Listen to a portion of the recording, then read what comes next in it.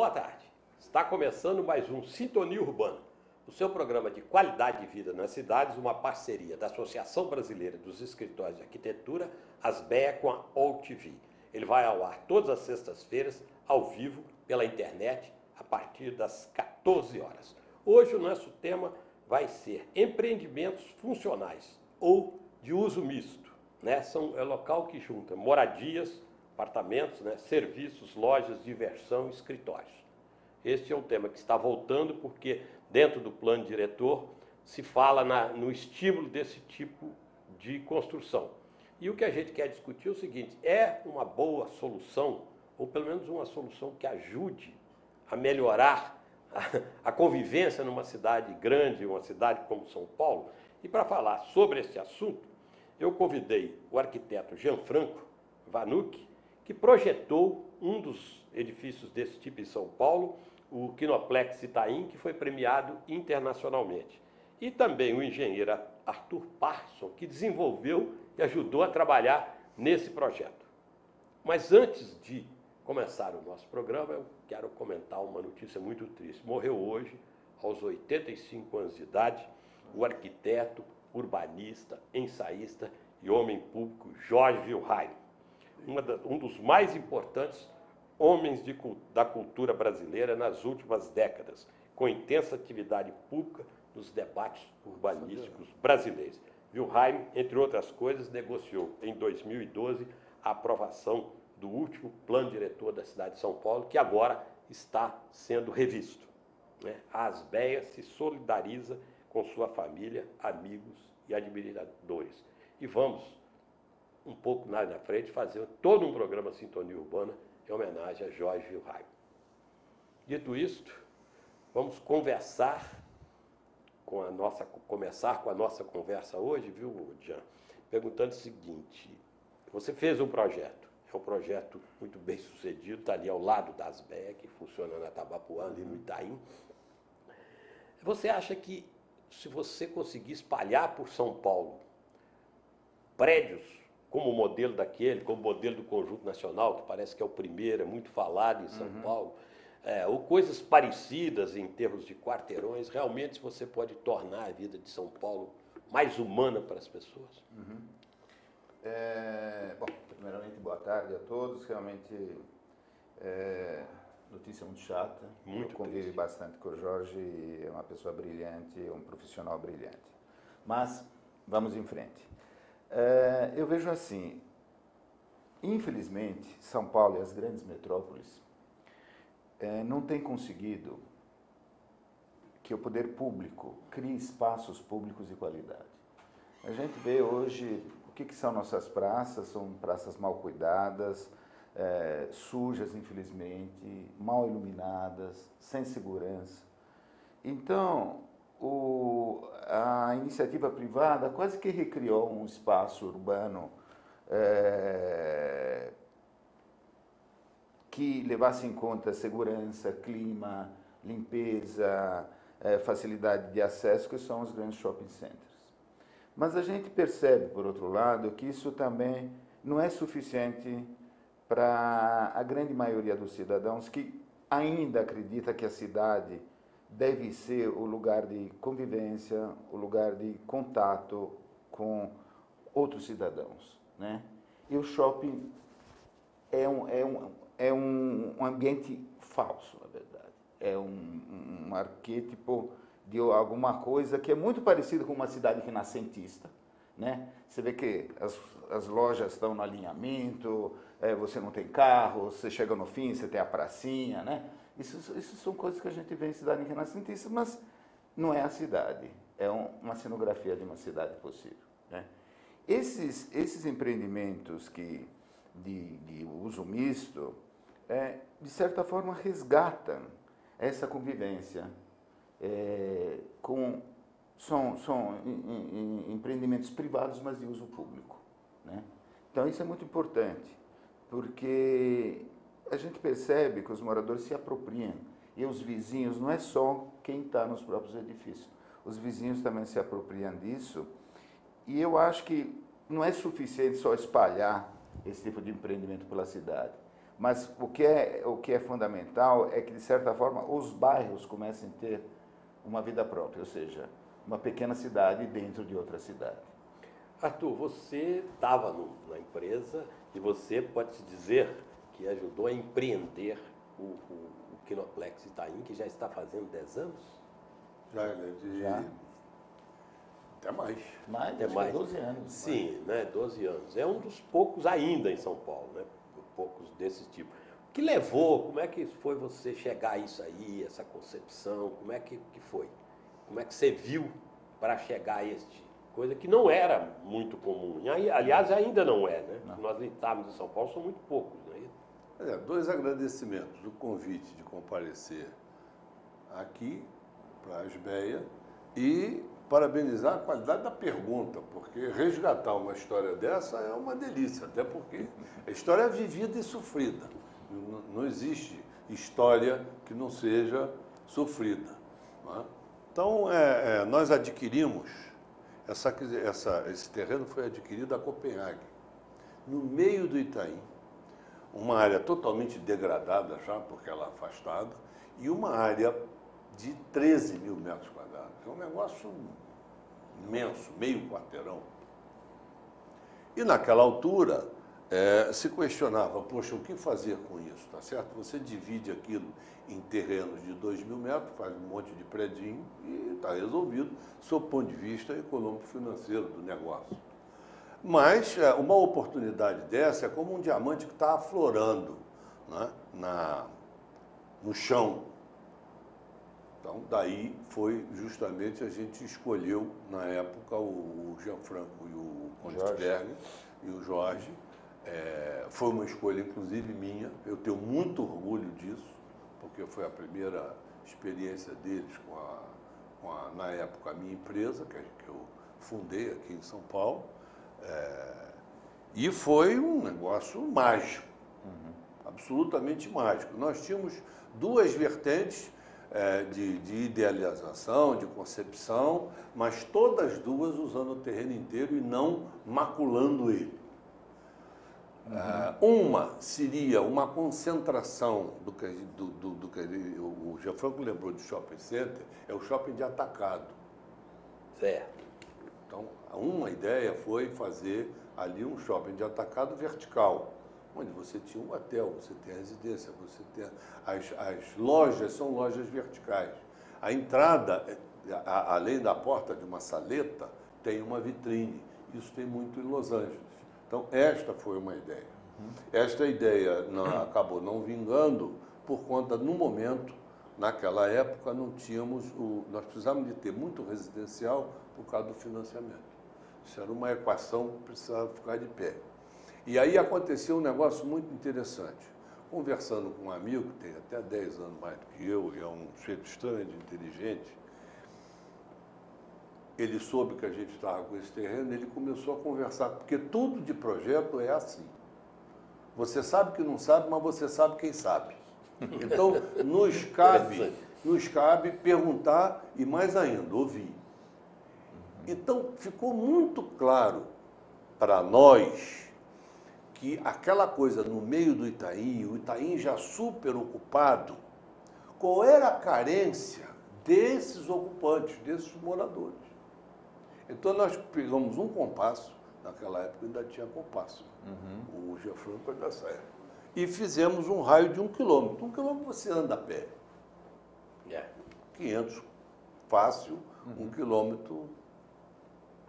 E aí fomos mapeando o que tinha já produzido, o que tinha de potencial de produção e qual era a carência do pessoal que já estava lá.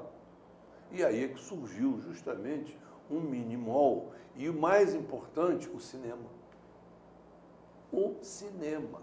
Tanto que o projeto, embora chame Brascan Centro e Plaza, foi em comemoração aos 100 anos da Brascan no Brasil. Entendeu? Imagine. Inclusive tem 100 árvores plantadas lá por causa do centenário. É curioso. E aí o projeto ele tem uma torre de residencial com serviço que na legislação de São Paulo, isso através de pool pode ser um hotel, e é um hotel, tem uma torre de sala comercial pequena, tem uma torre de sala de corporativo e tem a mágica dessa área comercial, que ela é pública. Por quê? Se você for lá, você não tem um muro cercando isso.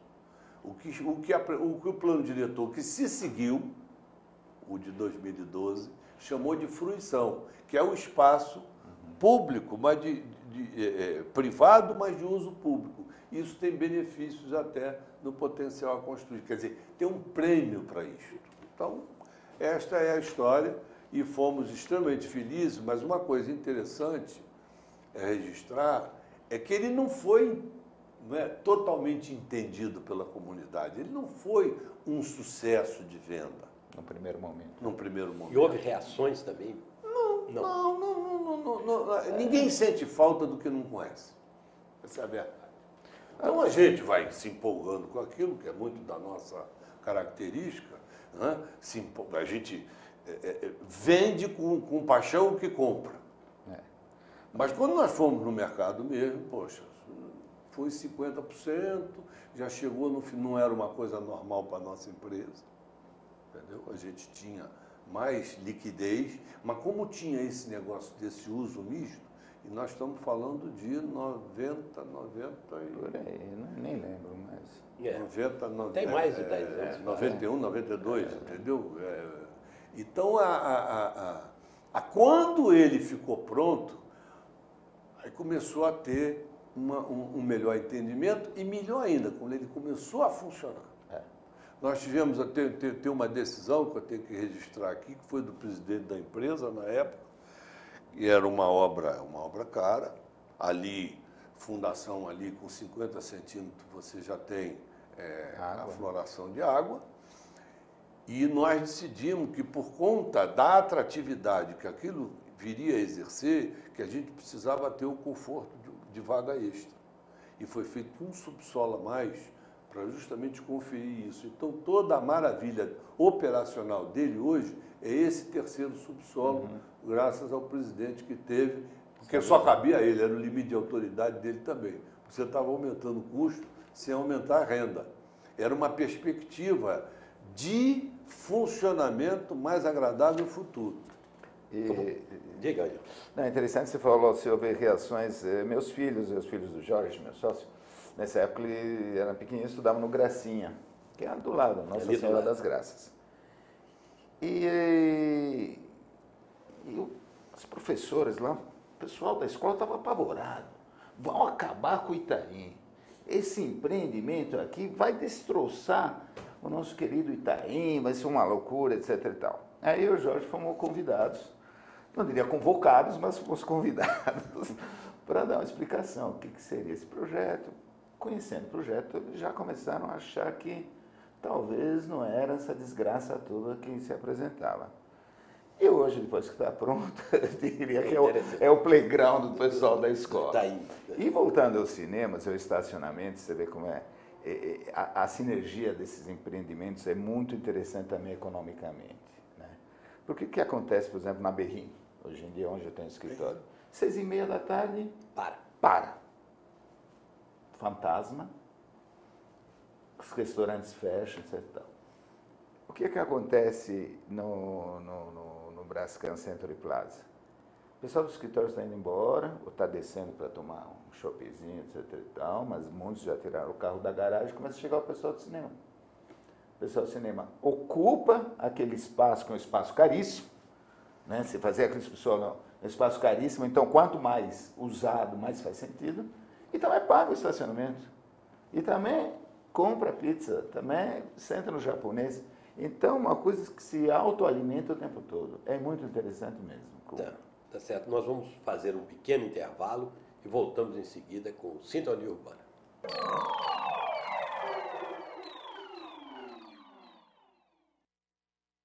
Tudo tem a ver com alguma coisa. De onde vem a água que a gente bebe? Da torneira. Ih, nada a ver. Vem dos rios que nascem da mata. Sabia que a gente só respira por causa das árvores? A árvore respira? Respira. A árvore respira. E o que você tem a ver com isso? Meu ar. Minha água. Minha árvore. Meu ambiente. Mata Atlântica!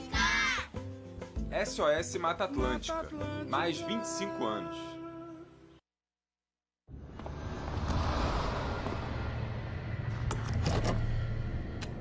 Atenção, este veículo está sendo roubado. Ligue para a nossa central e diga a localização exata desse veículo, porque com o localizador instalado nele vai ser difícil encontrar. Chegou o Bebom, rastreador com tecnologia de telemetria de última geração. Com ele, você sabe exatamente onde estão seus veículos, frota e família. Contrate agora. Acesse www.bebom.com.br.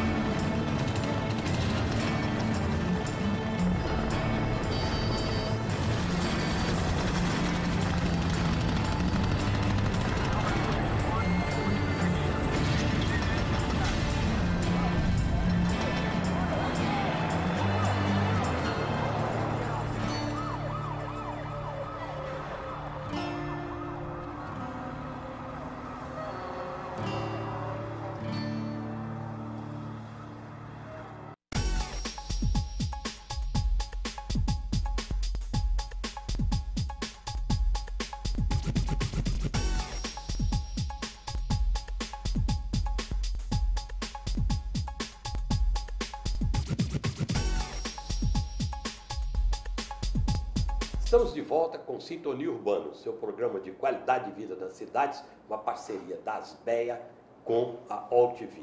Incorporamos a nossa equipe, a nossa mesa redonda, a nossa equipe de debates, a advogada Vilma Perameza, que é síndica do Conjunto Nacional na Avenida Paulista, que é apresentado como um modelo desse tipo de edificação que nós estamos discutindo, edificação multifuncional ou de uso misto. Não sei se é o primeiro de São Paulo, talvez seja o pioneiro, mas se não é, é claramente muito bem sucedido. Boa tarde, Vilma, obrigado pela presença. E eu queria que você me dissesse exatamente isso, como você vê, por que você acha que o Conjunto Nacional é o sucesso que é hoje, sendo esse conjunto lá, tem residência, tem escritórios, né, hoje tem lojas à vontade, tem alguma coisa de serviço, tem cinema, tem restaurante, estacionamento de qualidade. Como você vê o sucesso de um empreendimento como ele? Lembrando que aqui nós temos duas presenças aqui que são responsáveis por um outro sucesso desse em São Paulo, que é o Kinoplex Itaim. Bom, boa tarde, muito obrigada pelo convite. É um prazer estar aqui com vocês e com esses companheiros que entendem bem desse riscado. Eu precisava falar um pouquinho antes de como surgiu o Conjunto Nacional. Né? E como é que eu cheguei lá? Eu cheguei lá em 1984 e o conjunto estava totalmente deteriorado. Em 78 ele sofreu um incêndio terrível e foi muito atingido. Como não houve vítima, isso é muito pouco lembrado, graças a Deus. Uma das empresas que ficou majoritária é um local, uma imobiliária, onde eu trabalho há 45 anos. Né? E eu fui lá para ficar 3 meses e fiquei 30 anos. Esse ano faz 30 anos. Cheguei lá em 84. E o que me envolveu logo de cara é, primeiro, a localização. Quer dizer, o Conjunto Nacional, a Avenida Paulista, é um lugar privilegiado. Então, o fato de estar na Avenida Paulista é interessante. Agora, por que ele está lá?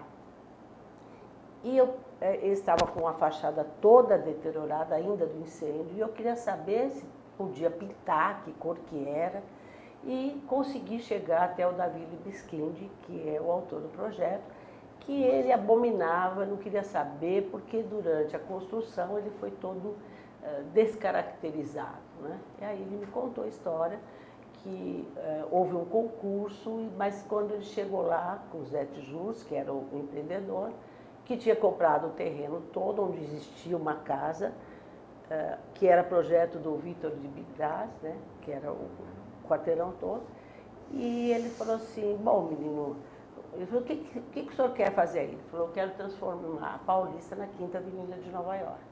Então, todo mundo lembra que nos anos 50 a Paulista era também só residência, né? E aí ele criou um projeto, né, que ele pegou o chão todo que existia, a casa no meio, levou o jardim para cima, né? Então, originalmente, aquilo era para ser um jardim aberto, o prédio sobre pilotis, né? E embaixo a parte comercial. Uma parte ia ser hotel, já naquele tempo, porque o Tijus era hoteleiro. Era dono do Hotel Nacional, né? Da rede do Hotel Nacional. Tanto que os prédios chamam Orsa 1, Orsa 2, que é Hotéis Reunidos S.A., né, que é o nome da Orsa. Então, eu cheguei lá em 84, conversei com o Davi, ele falou, você não vai ter muito o que fazer aqui não, porque mataram o meu projeto, você pode pintar de branco, que isso nem era para ser de concreto, era para ser de alumínio, era para ser a volta toda. Bom, e aí eu me vi num lado que poucas pessoas, talvez vocês como empreendedores estão agora encarando, é a gestão de um espaço desse tamanho. Então, você começou dizendo que o poder público não cuida das praças, que esses espaços têm segurança, têm tranquilidade, têm serviços, mas isso custa. Entendeu?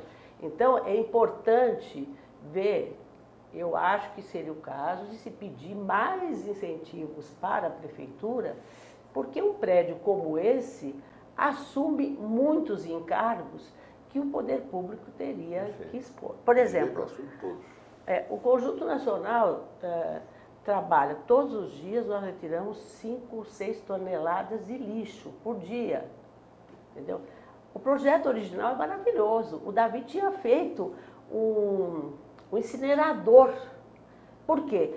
O tamanho do prédio, perto daquela ilha de residências, era impossível. Naquele tempo se recolhia o lixo na lata do lixo na rua, né? Como é que ele ia fazer? Então ele criou um incinerador que só foi desativado com uma lei municipal, né?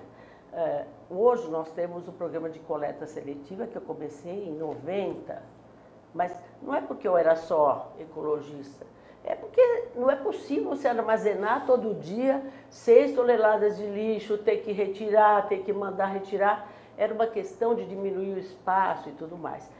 Nós distribuímos 5.000 cartas simples todo dia em tempos de internet. Então tem que ter uma coisa que o correio só fatura totalmente. Ele chega lá, deposita e vai embora. Então, eu acho importante também que se veja nesses projetos condições de gestão. E tenho só uma coisa a dizer, que foi possível, então, fazer toda uma recuperação trabalhando com arquiteto, com engenheiro, que até hoje eu tenho toda quinta-feira uma reunião técnica. Ninguém faz nenhuma obra dentro do Conjunto Nacional sem passar pelo nosso pessoal. E eu tive a felicidade de, desde 90 até 2011, contar com o dinheiro que a gente recebia do relógio do Itaú e que foi que permitiu a recuperação do prédio sem um ônus extraordinário para os condôminos, senão era impossível fazer esse milagre, entendeu? Então, nós temos que pensar também em todos esses valores e, quem sabe, obter das autoridades algum incentivo, porque nós fazemos grande parte de um serviço público, segurança interna e tudo mais. O Arthur, primeiro eu quero fazer uma correção, desculpe, eu disse que você é engenheiro e você é apenas um arquiteto. Desculpe. Apenas um arquiteto. Eu queria que você me dissesse o seguinte: nós falamos aqui em 2 empreendimentos que são de alto nível, que é o Brascan Centro, que eu continuo chamando de Kinoplex, que é um dos meus cinemas prediletos de São Paulo, e o Conjunto Nacional. Agora, o plano diretor, me corrija aqui, o Jean-Franco, se eu estou errado, ele fala em incentivar esse tipo de empreendimento pela cidade.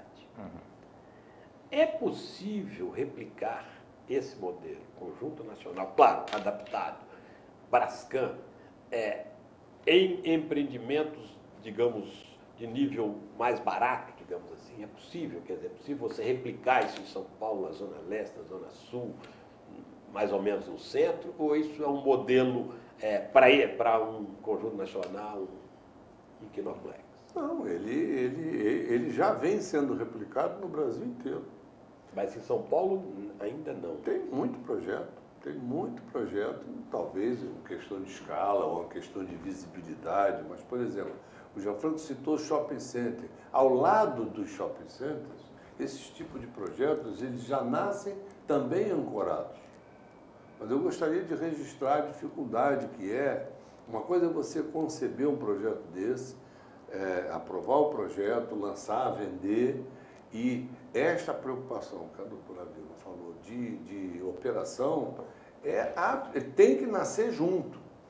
Eu me lembro que nós fizemos uma coisa chamada Butler Service. O Butler Service é um apartamento com serviço de mordomia. Foi naquela era do flat, mas do flat para morar. Ninguém mora em 40 metros. Morar mesmo. Mora durante um período. E a gente fez um de 120.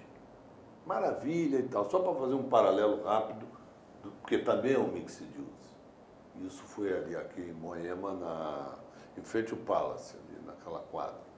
E a nossa grande dificuldade foi a operação condominial. Por quê? Nem é o hotel, porque não é um hotel, né? E nem é uma operação condominial normal. É alguma coisa aqui nesse meio.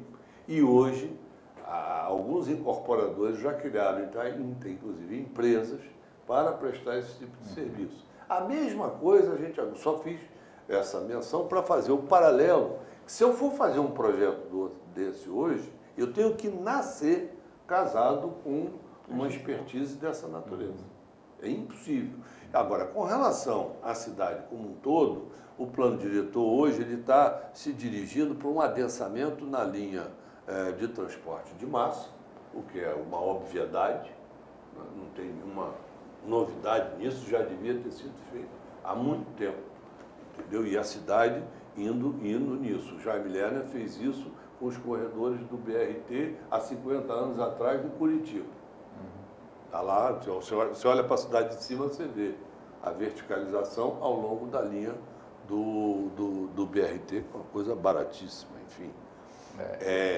Esse tipo de produto, ele encaixa na necessidade das cidades hoje, que não é privilégio de São Paulo, agora é tráfico ruim, não. São Paulo perdeu essa hegemonia, esse privilégio. Hoje você vai em Salvador, você vai em Natal, é um caos, Belo Horizonte. Então, as cidades vão precisar gerar novas centralidades.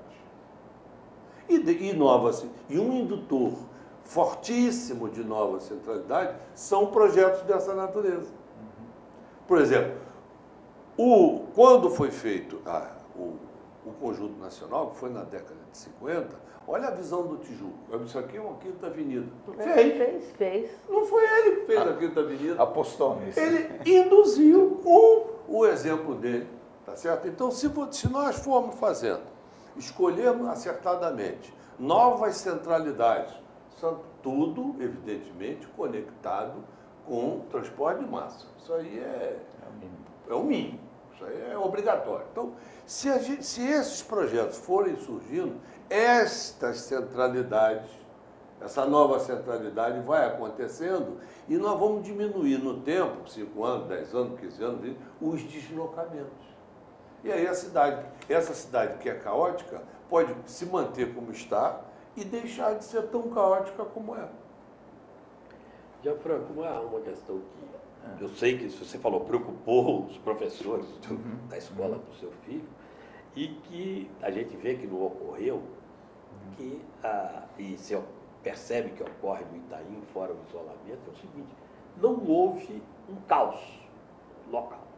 Não houve um caos local, como eu frequento tanto o Quinópolis como o Conjunto Nacional, você percebe que eles não perturbam a vida ao redor. Pelo contrário. Transcorre normal a vida ali ao redor, não há engarrafamento de gente entrando e saindo. Me explica isso ali naquele lugar, porque o lugar é muito bom, mas você tem uma ruazinha ali que é um Tamandaré, onde tem uma ótima feira, por falar nisso, mas você vê, já chega na terça-feira aquilo não mudou. Como é que é essa concepção de que você tem, não sei quantos mil carros vão ali por dia, mas entra e sai carro o dia inteiro sem... Eu acho que, modestamente, o projeto é muito bem feito. Por isso que eu digo, às vezes a gente tem que assumir isso também. Não, claro. Aquilo, independente do projeto nacional, é muito gostoso. Quando eu vou lá, tenho clientes ainda lá, é uma delícia. Eu vi de manhã aquilo, as babás com as crianças. Na hora do almoço. Na hora do almoço, depois tem os estudantes com o laptopzinho lá, se juntam. Aí você percebe a demanda que tem para esse tipo de espaço, que, de novo, deveria ser um espaço fornecido pela própria cidade, pelo poder público. Voltando ao plano diretor, que eu acho que é importante, porque nós estamos nesse tema, eu acho que ainda é muito tímido. Primeiro é o seguinte: esse tipo de empreendimento, ele tem uma demanda de terrenos de um certo porte. Então, você não consegue fazer isso em qualquer esquina. Você precisa de 10 mil metros, 8 mil, né? São terrenos, e aí, voltando um pouco, com várias frentes. Isso te permite vários acessos, isso ajuda muito na hora de você despejar carros na rua ou recolher. Então, quando você tem várias frentes, tudo fica mais fácil. Se você estiver encravado dentro de um quarteirão, é mais difícil. Então, você não consegue fazer isso em qualquer canto da cidade, especialmente em lugares que hoje são centrais, como o Itaim. Você não encontra mais uma fábrica da Copenhagen disponível no Itaim da vida. Plano diretor, eu acho que ainda está muito tímido. Eu acho que essa fruição que está proposta tem uma série de incentivos. Acho que a prefeitura está no caminho de incentivar, de esquecer o zoneamento 72, que de certa forma foi um problema, que criou a cidade dormitório dentro da própria cidade. Né? Vai para o Morumbi, só pode residência. Quer dizer, o sujeito que fumava, hoje ninguém mais fuma, mas esqueceu o fósforo, ele tinha que pegar o carro, andar alguns quilômetros para ir comprar uma caixinha de fósforo, porque a pé não se fazia nada. Né? Então, isso foi dividido. Comércio é comércio, trabalho é trabalho, dormir é dormir, e são cidades separadas dentro da cidade. Isso criou, de certa forma, ainda esse problema que temos hoje, desses grandes deslocamentos, sem falar de periferias, etc. Então, está se buscando que você more e trabalhe dentro de uma certa proximidade. Eu vejo que foi criado o conceito de fachada ativa. Então, se você fizer uma loja dentro no térreo do teu edifício, que não será permitido, inclusive será uma coisa do próprio George Bernheim, evitar ocupar o térreo, para que o térreo fosse uma área de comércio, de convivência, etc. Se você fizer isso no teu pavimento térreo, você tem algumas Eu acho ainda que, e se tentou fazer na Vila Olímpia, através do projeto Colmeia, que o Roberto Aflalo liderou de certa forma, eu acho que esses espaços, que isso acontece muito em Nova York, também por causa do frio, da temperatura, que Nova York se permite, se você liberar o térreo, você constrói mais, você ganha mesmo, não é uma coisinha, porque a fruição hoje é muito pequena, mas a fruição interessante é quando você vai de uma rua para outra. Essa é a grande fruição que acontece no Conjunto Nacional, acontece no Kinoplex. E que o Copan tem mais ou menos, mas não é tão, essa leitura não é, ele dá uma voltinha só, mas ele não entra dentro do edifício. Essa fruição que te permite caminhos alternativos dentro da quadra, e às vezes mais curtos, eu acho que as galerias faziam isso um pouco no centro, né? Ela tinha esse papel, era um papel indutor. Copacabana é cheio dessas galerias, né? No Rio. Essas galerias são todas, Copacabana, Ipanema. Pois é, o grande problema da galeria, que continua até hoje, é sempre o pavimento superior, né? O pavimento superior é um mico. É um mico. E como você tem que potencializar aqui, não adianta, você coloca escada rolante, você pode colocar o que você quiser, só em shopping que dá certo. Né? E mesmo assim é menos valorizado, provavelmente, que o andar superior. E aí, quantas pessoas circulam? Esse é um dado interessante. Quantas pessoas circulam em média por dia naquele mundo lá? Essa é uma pergunta que todo mundo faz, mas eu nunca consegui contar. Né? Nós temos uma garagem para 750 automóveis, então você vê que circula. Né? E o projeto do Davi, o Davi foi um gênio na época, exatamente porque ele criou a entrada da garagem principal pela Padre João Manuel e não pela Paulista, né? Já foi uma coisa boa.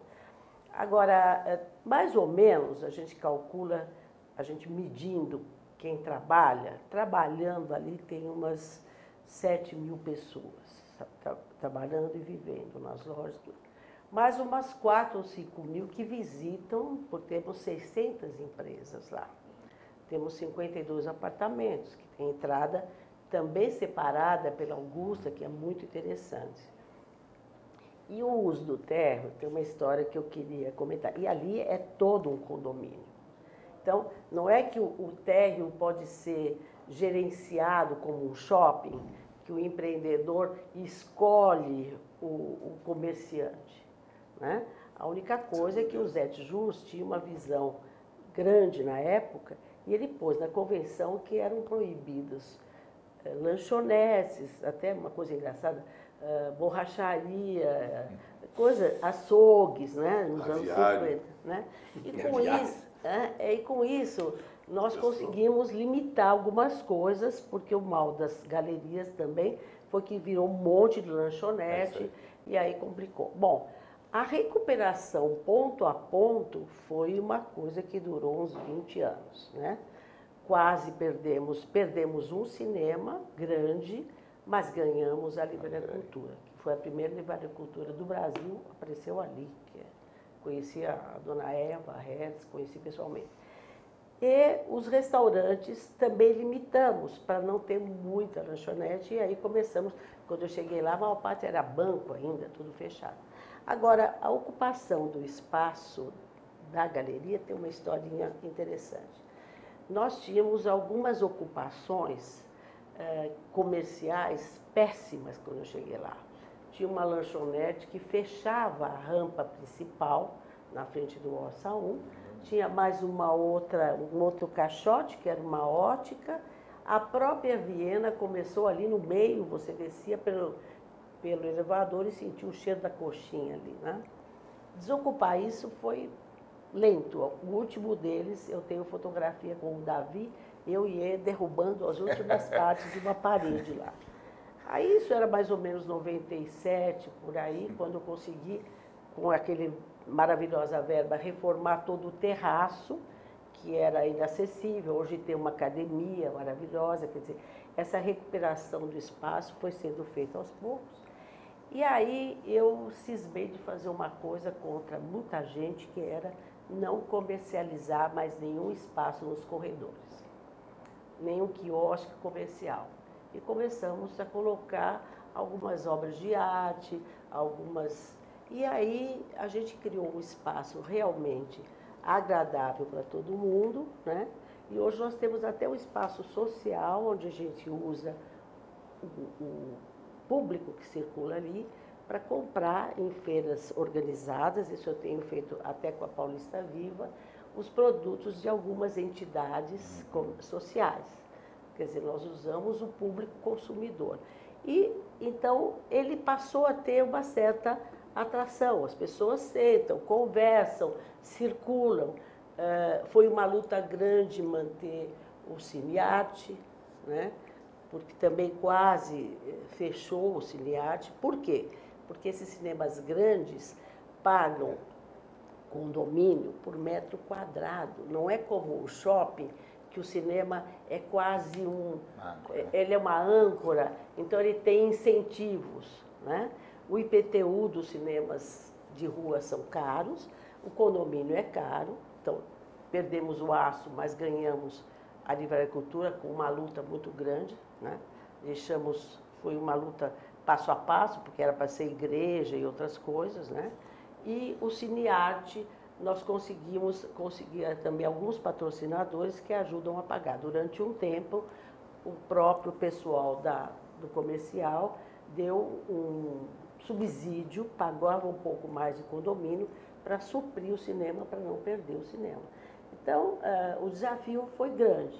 Acho que o TJUS conseguiu transformar a Paulista na Quinta Avenida, né? E aquilo é um desafio diário, mas é muito apaixonante. Eu tive o apoio do arquiteto Aurélio Longo, que era jovem. Quando eu conheci o Davi, eu falei, infelizmente eu não tenho dinheiro para pagar o seu trabalho aqui, gostaria de tê-lo como assessor. E aí até ele me contou que ele fez o projeto, ele tinha 25 anos, era recém-formado, né? E aí o Aurélio me ajudou pontualmente, e cada loja que fazia uma reforma, a gente tiramos uma porção de anúncios que tinha fora, quer dizer, acho até uma injustiça alguém achar que aquele relógio lá em cima eu queria tocar nesse assunto. É uma poluição. Porque as BEA, eu particularmente me empenhei no Cidade Limpa, né? Que realmente tinha chegado ao nível do absurdo, né? E eu estive com o Jorge Wilhelm. Eu lembro, eu era presidente das BEA nessa época, eu estive com o Jorge, ele era secretário de planejamento na época da Marta, e ele falou, eu também acho isso horrível, mas não tem como fazer, porque para a prefeitura custa muito caro retirar, a gente não tem equipamento para retirar os anúncios, que 90% eram irregulares. Sim. Eu dei uma ideia para ele, falei assim, Jorge, faz assim, coloca uma faixa escrita, esse anúncio é irregular. E ele fez isso. As empresas de outdoor ficaram enlouquecidas, foram me procurar, quase que eu fui trucidado, porque aí o anunciante pegou muito mal. O anunciante não sabia se era regular ou não, mas para o anunciante deve ser. Bom, mas aí fizeram, graças a Deus, foi o que fez o Kassab ser reeleito, na verdade ele sabe disso, né? Foi uma coisa de sucesso fantástico que se espalhou pelo Brasil, só que junto com a água suja jogaram fora as crianças. É evidente que o relógio era uma referência. Era uma referência da população. Era um marco da cidade. Que olhava e sabia onde você ia. Né? Então, quer dizer, um pouco de bom senso, né? Sim, e depois, em proporção à fachada... Pois é. Agora, nós tínhamos feito, desde 95, eu tenho fotos de quando eu cheguei lá, todas as lojas tinham aquelas bandeiras verticais. Eu criei um plano interno, nós fomos aos poucos, então nós limpamos a visão, até as lojas da fachada, você vê que tem isso muito antes da lei. Arthur, vamos falar de negócio. Você quer falar do ângulo do negócio, você que participou do empreendimento, do lado empresarial do Kinoplex. Esse tipo de empreendimento, olhando do ponto de vista do empreendedor, ele é um negócio atraente? Hoje, seria um negócio atraente? Por exemplo, no caso do Kinoplex, se a empresa tivesse espetado uns 8 prédios ali, altos, ou residenciais e coisas, teria, digamos, em termos de retorno, a mesma coisa? Teria, mas o problema todo é de risco. Esse tipo de projeto eu não recomendo que qualquer incorporador saia fazendo, não. Qual que você diz do tipo? O Kinoplex, um empreendimento do Conjunto Nacional, isso requer muita musculatura, como a gente chama. E por ele ser de uso misto, ele envolve vários tipos de produto e são vivências diferentes. Por exemplo, ela citou aqui um que não tinha na época do Tijuca, que era toda a legislação de shopping center, Resperata, luva. Então, por exemplo, o Kinoplex, ele já é absolutamente Kinoplex, já estou eu com ato falho. Brascan Centro Plaza, o varejo, ele não foi vendido. Para você ter o comando do mix. Ela se ressente hoje, como administradora, demais disto. Sim. Poxa, você pode ter lá na convenção de condomínio, mas isso é direito de propriedade. Se o sujeito colocar um aviário lá, abre um aviário. Você não pode... Vai discutir, mas tem o direito de propriedade. É constitucional. Então, no caso do Brascan Centro Plaza, todo aquele programa de varejo é de propriedade do empreendedor. Tudo locado. Então, se alguém for... e isso aprendido nas galerias de Rio de Janeiro. Que como você não tem o controle do mix, também aquilo você... Porque quando você vende, você entrega, fez o teu lucro e até logo, isso. Né? Neste tipo de caso, não. É igual o shopping center. Então, o shopping center, o uso misto mais rico hoje, mais poderoso, mais contributório, na minha opinião, é o shopping center com os seus prédios do lado. Prédio residencial, consultório, hotel, escritório, centro de diagnóstico. Por quê? E aí vai uma questão que eu gostaria de aduzir do Gianfranco, quando ele recebeu lá, ele no escritório, ele e o Jorge, algumas críticas da preocupação da comunidade enquanto obra. Quando ficou pronto, todo mundo se arrefeceu. Por quê? Lembra do Compasso? Certo. Aquilo é frequentado a pé, cara. As pessoas Ele enche a pé. E ele enche a pé de quem mora, de quem trabalha.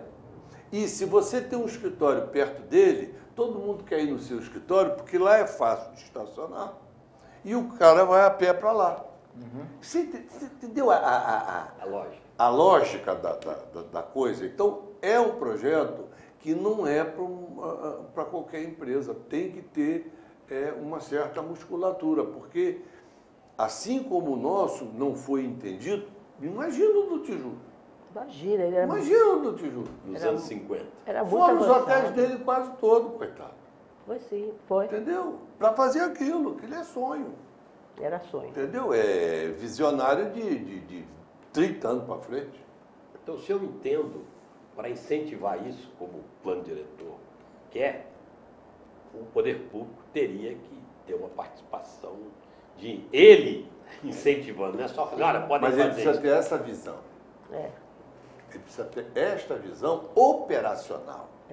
Quer dizer, é aquilo pronto. Então, gestor, porque nós não temos gestor de cidade, nós temos prefeito. Você vai para o Canadá é eleito, as cidades, o prefeito é eleito indiretamente pela Câmara, ele é eleito por causa do currículo dele, porque ele é preparado para gerir uma cidade. É uma complicação gerir uma cidade. Hoje se fala, na verdade, que nós estamos precisando menos de prefeito e mais de zelador. Zelador, pô. Que é um pouco... Eu devia dizer... Na verdade, é isso, dia a dia, as coisas básicas. Se não se faz as coisas básicas, não adianta. Olha, eu queria aduzir isso. A gente fala de zelador, porque era a pessoa que conhecia o prédio, não é? Hoje nós precisamos de profissionais feitos para administrar isso, né? Por exemplo, eu não tenho um zelador no Conjunto Nacional, são todos gerentes de área, gerentes de segurança, né? Eu tenho 200 funcionários. Prefeitura. 200 funcionários. Só de segurança própria nós temos 100. E temos os assessores. Então, eu tenho engenheiro assessor, que é o Dr. Fausto Favalli, tem 85 anos essa semana. Toda semana ele está lá, o escritório dele fez o cálculo estrutural do prédio e ele é nosso assessor, eu estou lá há 30 anos. Todas as obras nós exigimos a RT do engenheiro e tudo tem que passar por uma forma nossa. Essa briga, você fala que eu briguei, aqui não pode, foi uma guerra, né? E conseguimos. Mas eu acho que nós precisamos gerar esse tipo de profissional, certo? E nós temos que ser engenheiros, arquitetos, gestores, preparados para isso. Quando eu falei zeladoria no sentido seguinte, sim, do dia a dia, das pequenas coisas do dia a dia. A gente tem que parar de pensar nas grandes obras, sim, e pensar que a cidade funciona 24 horas por dia. Ela tem que funcionar bem. De gestão.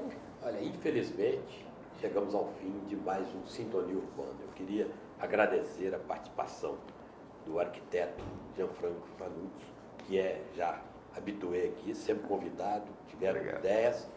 Arquiteto Arthur Parkinson, convidado quando tiver ideias. Muito obrigado também à doutora Vilma, síndica do Conjunto Nacional. O Sintonia Urbana volta na próxima sexta-feira, ao vivo na internet, sempre às 14 horas. Boa tarde, muito obrigado.